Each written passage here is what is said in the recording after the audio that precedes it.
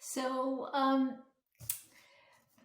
I guess the question is how to define the question in the sense of, like I wrote down a few things like money needs to be saved, is more needed in the future, money's for emergency, I need to spend as little as possible. So are those all, like I feel like I bounce around trying to get the question to work on. Yeah, yeah. It's I hear what you're saying, and I would use the word get the statement to question, get the Okay. statement to work on. So yes, that itself is part of this meditative process. I often talk about the work as meditation.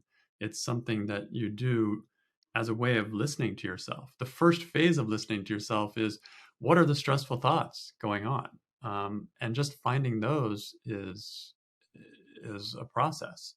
And then the next phase is going through the questions and seeing what answers you can find to those questions.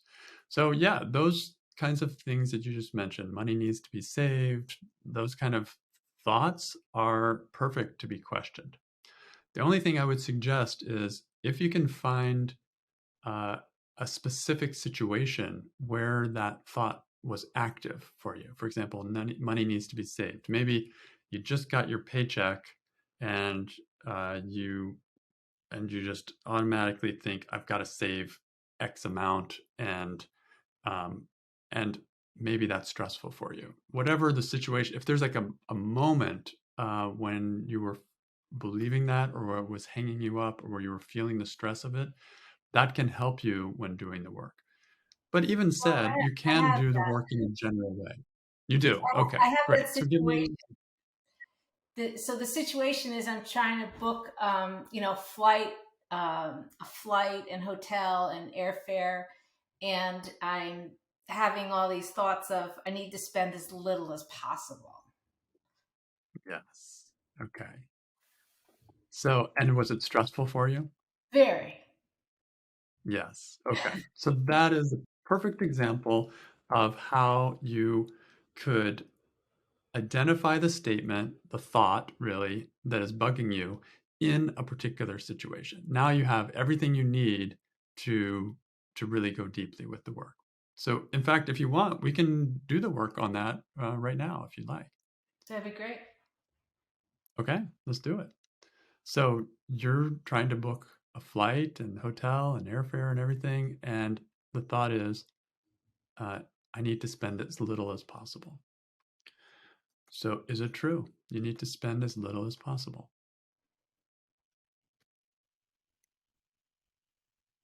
No. So how do you react? What happens when you think you need to spend as little as possible and you're in the process of booking these reservations?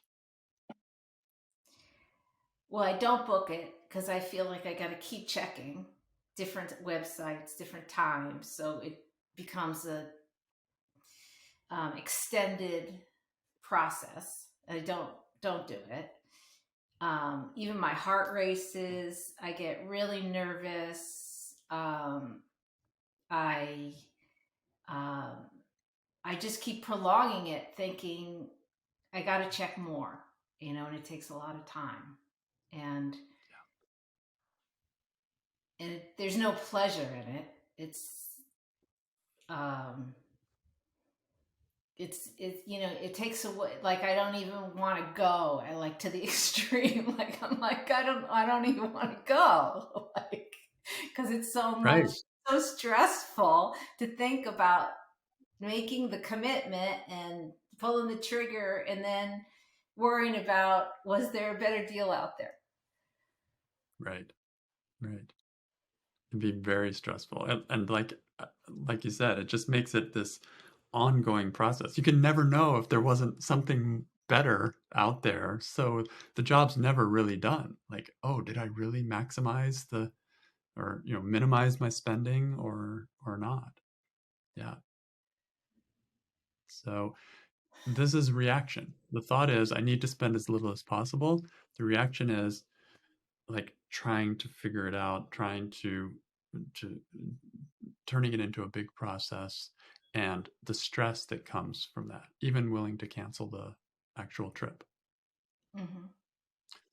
So, who would you be sitting there going through this booking process, looking for hotels, looking for flights? Who would you be if you didn't have the thought that you need to spend as little as possible?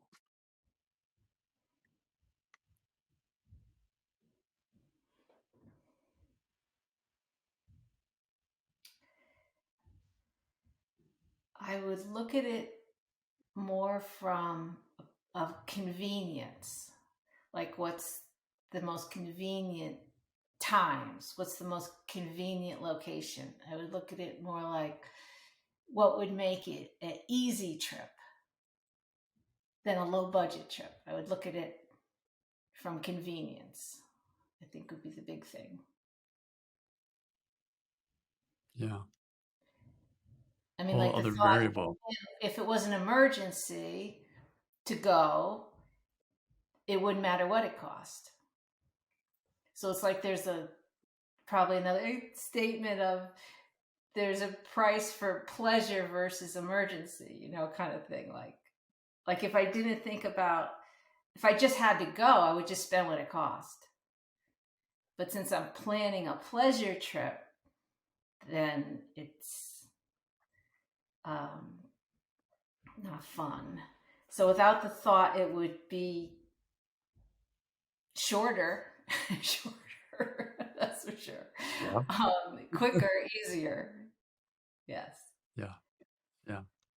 And what I'm hearing is more aware of other factors besides just money. Money is one factor, but convenience is another, and there may be others, like more, just more open minded in that process rather than just, it's got to be the least possible amount of money that I spend.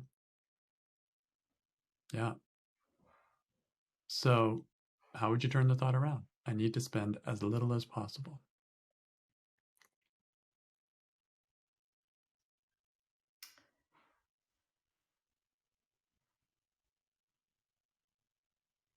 Well, I need to spend the most possible. Doesn't make sense Okay, to let's see. me. That'll be the extreme opposite turnaround, and we can go there, or if you want, we can step it up towards it gently. Um, Um, Play with it. well, I don't need to spend the least possible. That's true. Okay, that's an easier version of that. Yeah. Yeah, Okay, so you don't need to. Why is right. that true? You don't need to spend as little as possible. Because I have the money. That would be a great reason right there.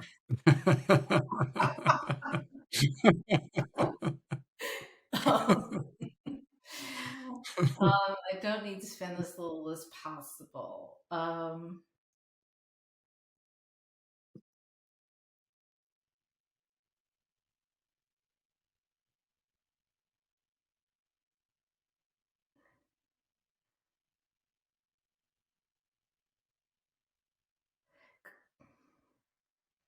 Because this is what I've saved money for. Is that Wow. Yeah, absolutely. It's like we're so good at saving money, and then when it comes time to spend it on the thing that we were saving for, then we're like, no, no, we have to hold back. But if this is what you were saving for, then it's not true that you have to spend as little as possible. right? And I mean, do you get a prize or some kind of, you know, approval or something if you spent as little as possible? Ding, ding, ding, ding. You spent as little as possible. You win. Yeah, it feels that way. It feels like Right. um, it's that idea of the future. Like I could need this more in the future than I need it now. Like it's that. Exactly. Another underlying belief there Yeah. that supports the idea that I should spend as little as possible because I might not have it in the future. Yeah. But then again, You might. You might have it in the future. You might have enough in the future. When you look back to when you were young, you didn't know what the future was, but is there more money than you were expecting when you were young or less money? In my life now, you mean? Like, Mm-hmm. yeah. Oh, I'd say much more. Wow. So it's funny how we have this dim view of the future that money is going to become less, like I have to be careful. But in reality, in your own experience, money has become more over time. Yes. So these are just examples of I don't necessarily need to spend as little as possible. There may be enough. And it doesn't mean Thought just the came up extreme. the thought just came up that, past, that thing they say about finances, past results do not indicate future results, or something like that. Like, Exactly. Yeah. Yeah. We're basing future results on past results, and it's not necessarily related. Money's a wild thing. It's like all over the place. You just don't know what it will be. Can't even predict the stock market. So how can I be sure that money's going to be less in the future? It might be more.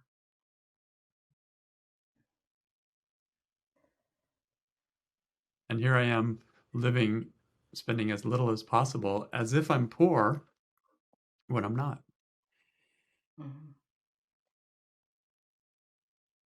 And it doesn't mean the other version of this turnaround doesn't necessarily mean I have to spend as much as possible either, but I don't have to spend as little as possible either.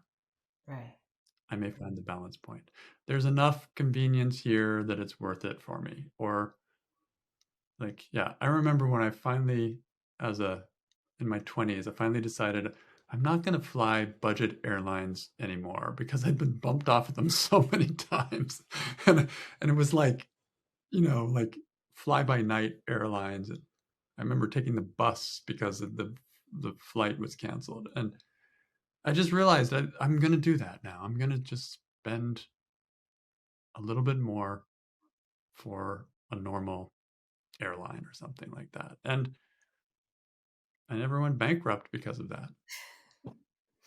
Yeah. In fact, that's another way to look for turnaround examples. If you spent a little more, is it possible that you would still have enough from like are there other ways that if you needed to cut costs, there are other ways besides spending as little on the flight and airfare?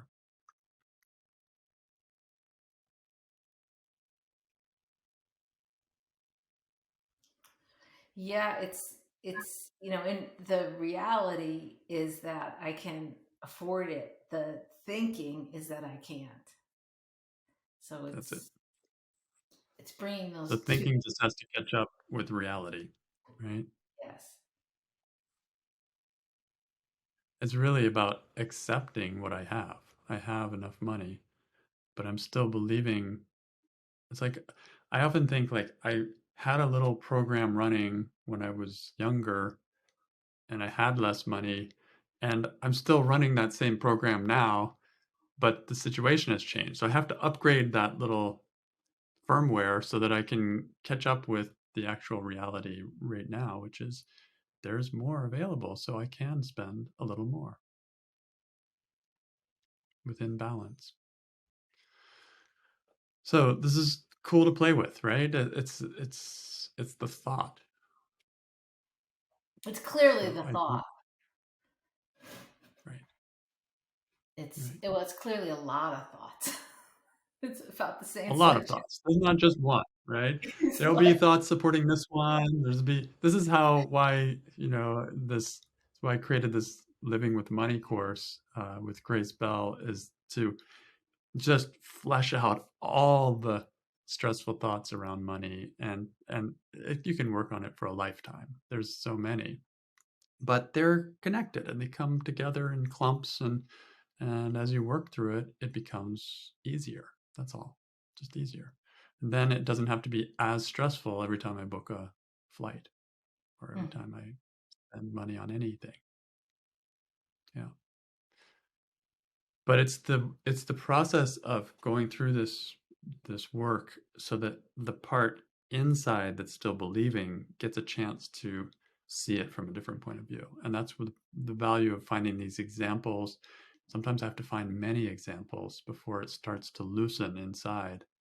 And so I'm just patient with that. It might be a while. This is one piece of it.